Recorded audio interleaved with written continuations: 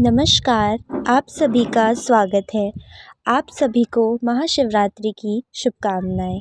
आज हम महाशिवरात्रि की कथा लेकर आए हैं। चलिए इसे शुरू करते हैं। एक बार माता पार्वती ने भगवान शिव शंकर से पूछा, ऐसा कौन सा श्रेष्ठ तथा सरल व्रत पूजन है जिससे मृत्यु लोक के प्राणी आपकी कृपा सहज ही प्राप्त कर लेते हैं। उत्तर में शिवजी ने पार्वती को शिवरात्रि के व्रत का विधान बताकर यह कथा सुनाई। एक गांव में एक शिकारी रहता था। पशुओं की हत्या करके वह अपने कुटुंब को पालता था। वह एक साहूकार का ऋणी था, लेकिन उसका ऋण समय पर ना चुका सका। क्रोधवश साहूकार ने शिकारी को शिवमठ में बंदी बना लिया। संयोग से उस दिन शिवरात्रि थी। शिकारी ध्यान मग्न होकर शिव संबंधी धार्मिक बातें सुनता रहा। चतुर्दशी को उसने शिवरात्रि की कथा भी सुनी। संध्या होते ही साहूकार ने उसे अपने पास बुलाया और ऋण चुकाने के विषय में बात की। शिकारी अगले दिन सारा ऋण लौटा देने का वचन देकर बंधन से छूट गया।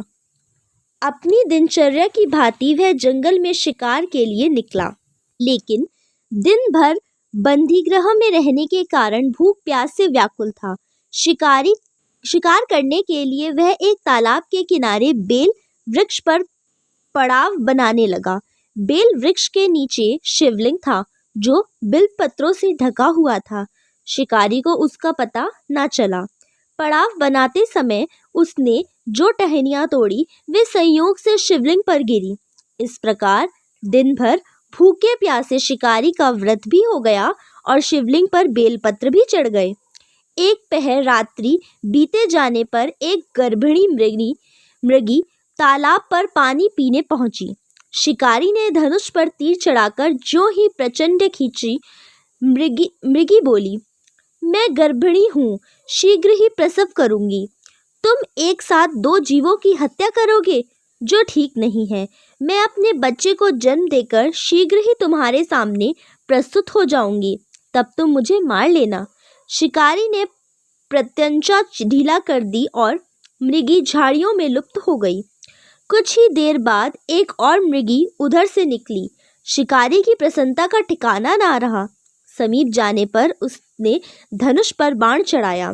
तब उसे देख मृगी ने विनम्रता पूर्वक निवेदन किया, हे पारधी, मैं थोड़ी देर पहले ही ऋतु से निवृत्त हुई हूँ, कामातुर विरणी हूँ, अपने प्रिय की खोज में भटक रही हूँ। मैं अपने पति से मिलकर शीघ्र ही तुम्हारे पास आ जाऊंगी। शिकारी ने उसे भी जाने दिया। 2 बार शिकार को खोकर उसका माथा ठनका। वह चिंता में पड़ गया। रात्रि का आखिरी पहर बीत रहा था। तभी एक अन्य मृगी अपने बच्चों के साथ उधर से निकली। शिकारी के लिए यह स्वर्णिम अवसर था। उसने धनुष पर तीर चढ़ाने में देर न लगाई। वह तीर छोड़ने ही वाला था कि मृगी बोली, हे पारधी, मैं इन बच्चों को पिता के हवाले करके लौट आऊंगी। इस समय मुझे मत मारो। शिकारी हंसा और बोला, सामने आए शिकार को छोड़ दूं? मैं ऐसा मूर्ख नहीं। इससे पहले मैं 2 बार अपना शिकार खो चुका हूँ। मेरे बच्चे भूखे प्यास से तड़प रहे होंगे। उत्तर में मृगी ने फिर कहा, जैसे तुम्हें अपने बच्चों की ममता सता रही है, ठीक वैसे ही मुझे भी। इसलिए सिर्फ बच्चों के नाम पर मैं थोड़ी देर के लिए जीवन दान मांग रही हूँ। हे पारधी, मेरा विश्वास कर। मैं इन्हें इनके पिता के पास छोड़कर तुरंत लौटने की प्रतिज्ञा करती हूँ। मृगी का दीन स्वर सुनकर शिकारी को उस पर दया आ गई। उसने उस मृगी को भी जाने दिया। शिकार के अभाव में बेल वृक्ष पर बैठा शिकारी बेल पत्र तोड़ तोड़ कर नीचे फेंकता जा रहा था। पो फटने को हुई तो एक हष्ट-पुष्ट मृग उसी रास्ते पर आया। शिकारी ने सोच लिया कि इसका शिकार वह अवश्य करेगा। शिकारी की तनी प्रचंडा देखकर मृग विनती स्वर में बोला, हे पारधी भाई, यदि तुमने मुझसे पूर्व आने वाली 3 मृगियों तथा छोटे छोटे बच्चों को मार डाला है, तो मुझे भी मारने में विलंब न करो, ताकि उनके वियोग में मुझे एक क्षण भी दुख ना सहना पड़े। मैं उन मृगियों का पति हूँ। यदि तुमने उन्हें जीवन दान दिया है तो मुझे भी कुछ क्षण जीवन दान देने की कृपा करो। मैं उनसे मिलकर तुम्हारे सामने उपस्थित हो जाऊंगा। मृग की बात सुनते ही शिकारी के सामने पूरी रात का घटना चक्र घूम गया। उसने सारी कथा मृग को सुना दी।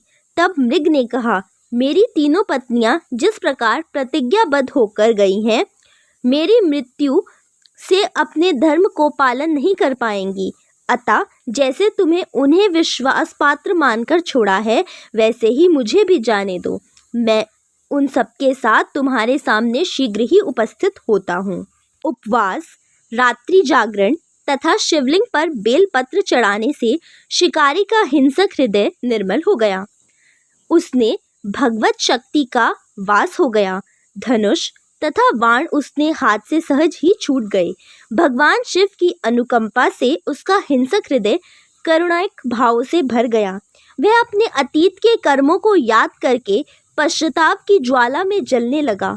थोड़ी ही देर बाद मृग सपरिवार शिकारी के समक्ष उपस्थित हो गया ताकि वह उसका शिकार कर सके।